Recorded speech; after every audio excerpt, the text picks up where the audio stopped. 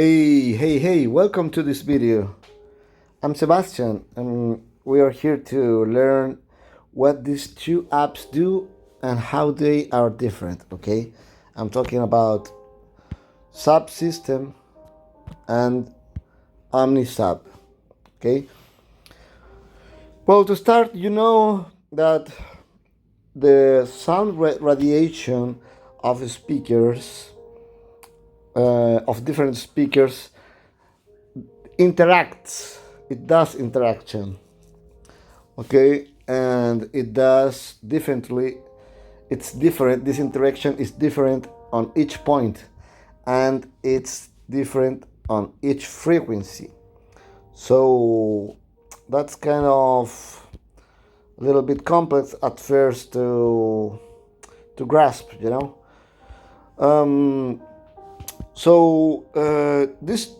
This kind of tools, the sound simulation tools, sound prediction tools, are useful for us to try to understand, to learn, to plan things with speakers to be used on real environments. They are incredible education tools too. And well, going to the point, Omnisab, it's an app which brings several what we call sub-arrays. We love sub-arrays, right? They are from many years now. This started several years ago. To combine low frequency devices into special things, like for example the icon for this, I would say that is the cardioid approach, right, where we using different techniques like the polarity inversion and delay, we can produce this shape of low frequency radiation, which of course has their applications. You can put the X scenario on this part, and the audiences are here, so it's kind of useful. Also, there is the end fired, and this app, what it does is give it to you simple, just simple. Here, for example, in the cardioid array, which is the most basic, one of the most basic, you just change the frequency between centers, and it will give you what you have to do with each speaker. For example, here you have to, it says you have to set the rear speaker with the polarity inverted and a delay of 3.7 milliseconds.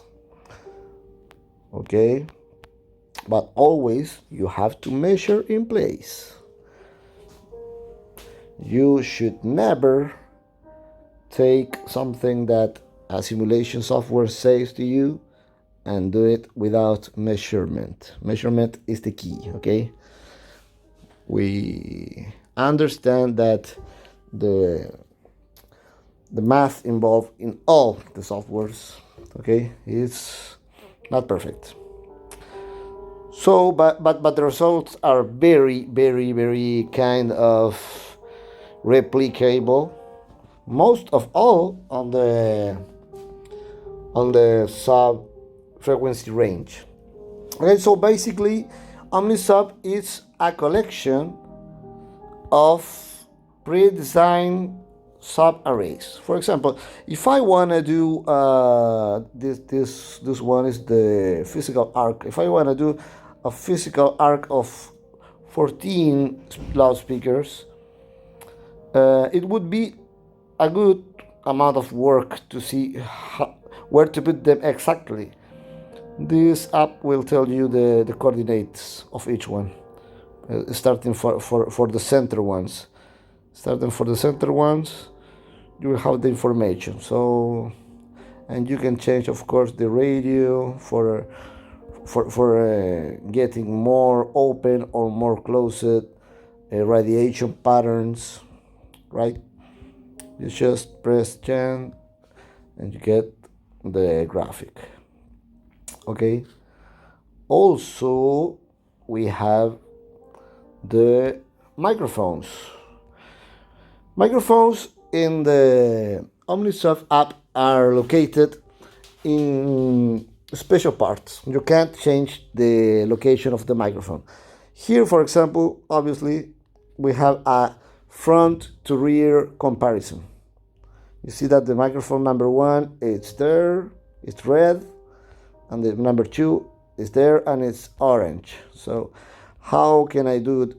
How can I know what's the frequency response at that spot? I just go to frequency response and I have this. Okay, this is the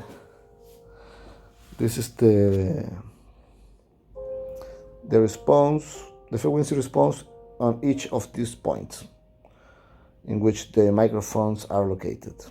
This is touchable and it's relative, so if you want to see, here you can't see absolute levels, but doesn't matter. This software is not developed for that. So this is to learn, this is to understand, this is easy. With this, you will be being able to compare different approaches, like the physical arc versus the electronic arc. On the electronic arc, we have the same amount of sources, but we give a delay which is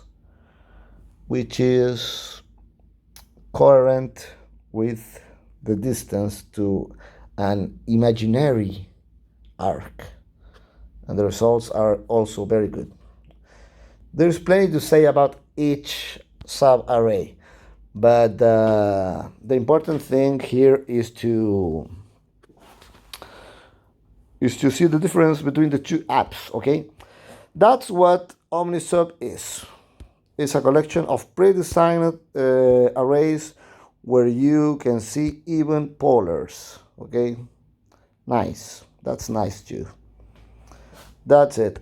Now, subsystem, it's a different animal. Here, there is nothing prepared for you. You will not choose any array name or anything. Here, you are responsible. This is for you to experiment. On this one, you put the speakers where you want.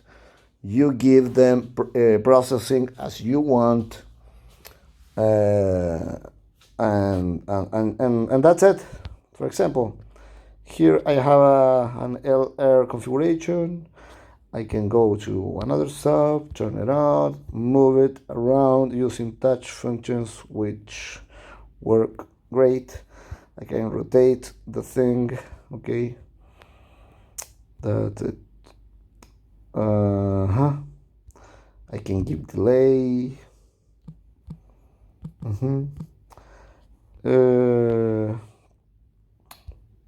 Reverse polarity, and see the results. Which are the results? Those are kind of psychedelic. I will turn off the number 3 sub. I will focus on the 1 and 2 and the famous or infamous LR configuration for subs, which has, we know, some trouble.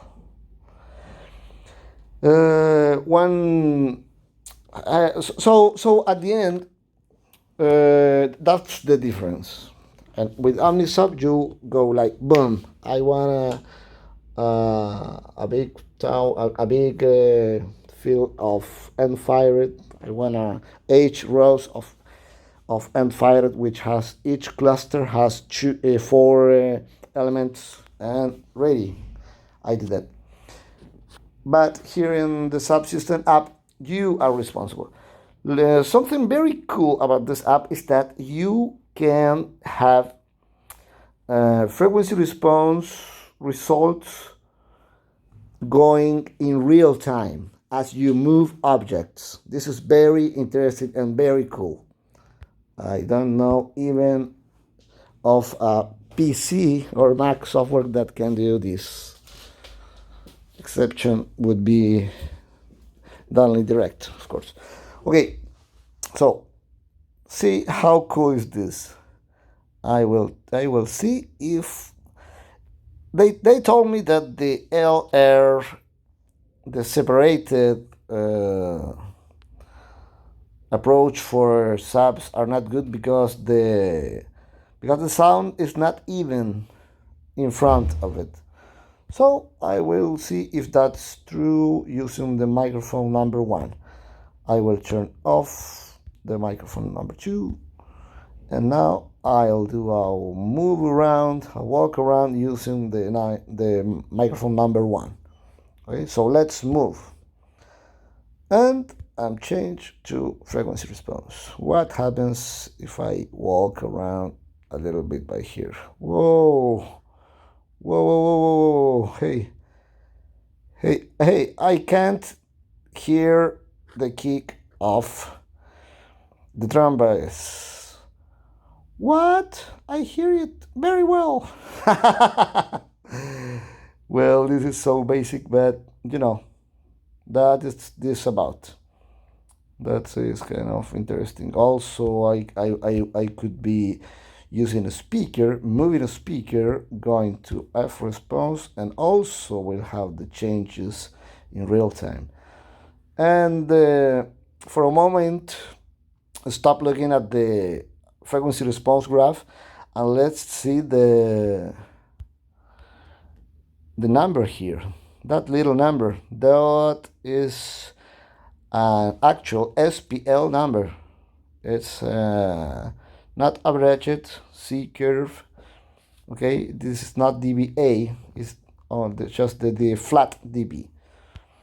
And it's interesting because using this control at the bottom, I can choose real models. We have a library with real models. We were very careful into capturing their specifications, okay, their maximum and minimum SPL at 1 meter. So that little number should tell you the truth, because it's tell you the same that the official simulation programs from that runs will say. If not, we fix it, but they are. So that's the comparison between the two softwares. Okay, I hope you like it. I hope you're going to use this soon. See you, folks.